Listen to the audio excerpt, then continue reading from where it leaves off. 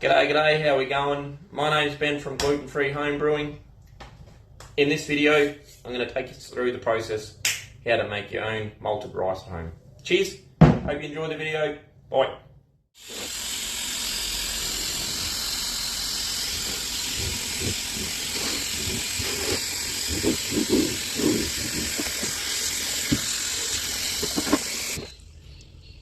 Alrighty, it's day number 3 here on the malting.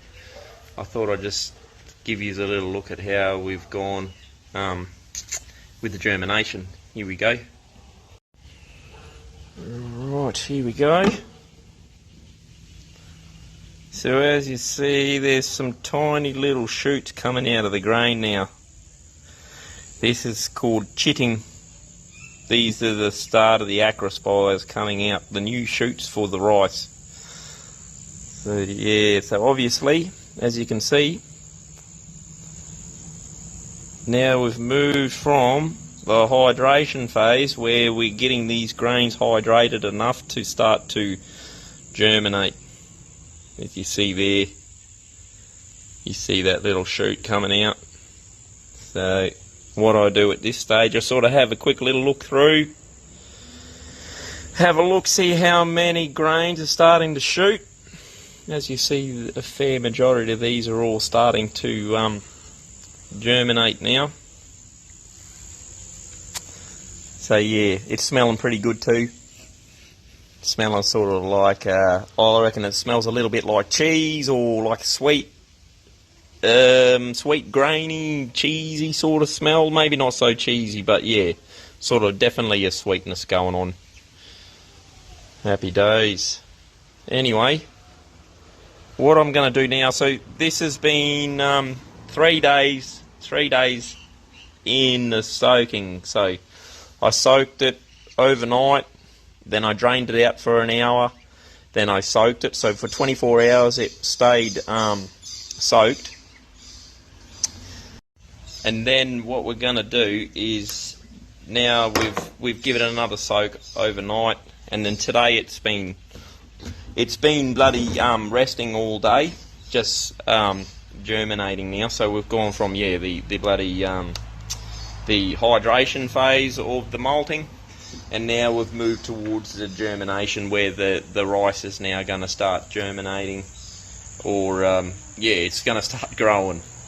So what I want to do is keep an eye on it. So I will give it a bit of a refill it back up full of water now, give it a rinse. But I'll also we got home a bit early from work, so we've got a couple of hours till sundown. So what I'm going to do is I'm going to soak it back in the water there, and just that will just allow just a little bit more hydration of the grain, and then we'll drain that out come evening, and then let it just malt overnight, I suppose is the term for that. Yeah. All right. Cheers.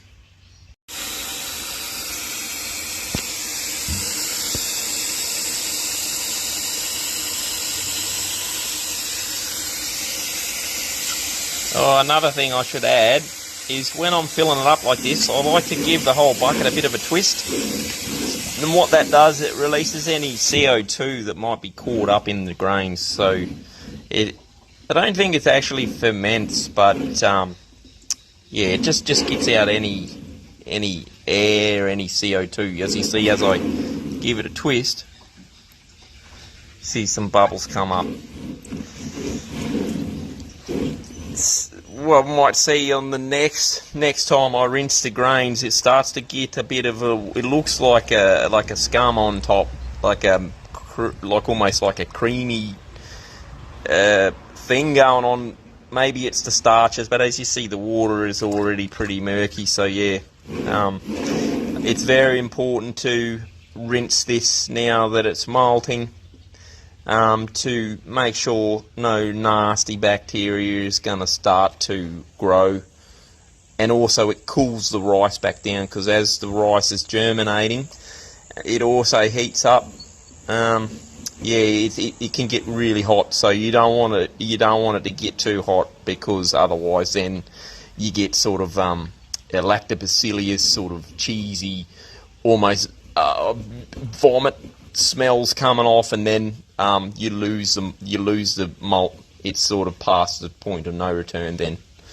All right, cheers. I'll catch you tomorrow. Hey, just quickly before I forget, another step that is needed to in the malting process is to turn the grain over. So this is how I've come about doing that. As I just roll this bucket back and forth, that turns the grain, aerates the grain. Hopefully releases a little bit of the heat that's built up through the germination process.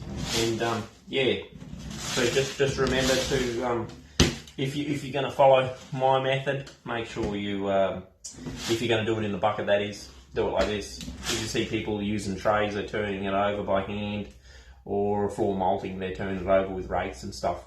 This is just aerating it, allowing it to get oxygen, because oxygen is part of the malting process to help to germinate the grains that you're malting. All right, cheers, bye. G'day, how we going?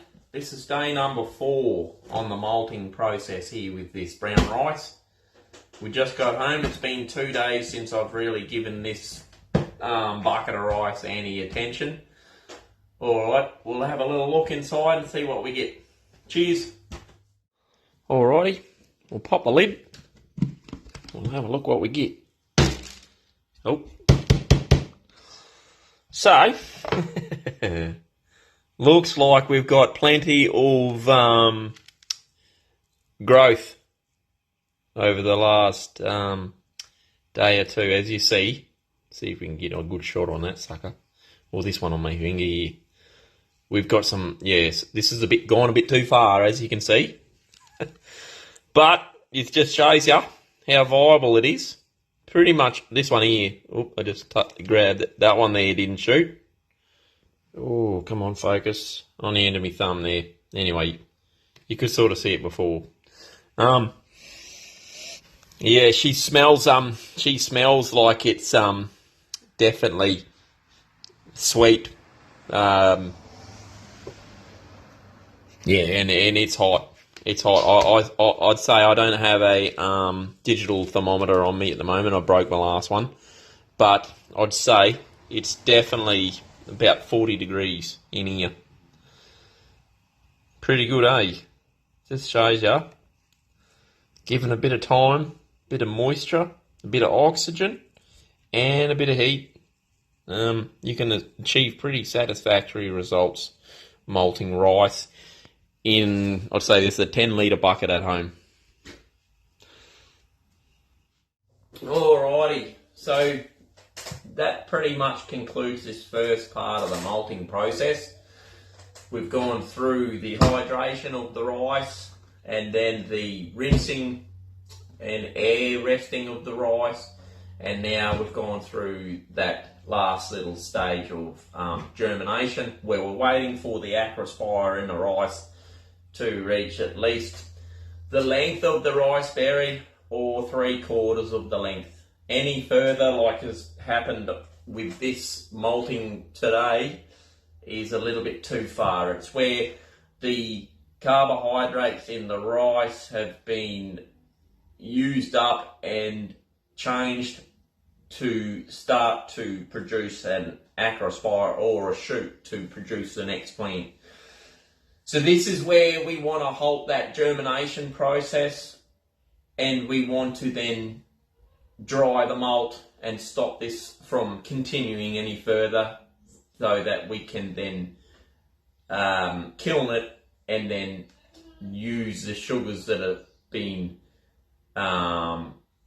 converted, or the starches have been changed in the rice. Then we can use them to make beer. That's the ultimate goal for this whole malting process. So yeah, I hope you have learned something. I'll show you in the next video how to go about drying the malt, kilning the malt, and getting it to this stage where it's ready to be brewed with. where it's like nice and smelling just like malted or alternative barley.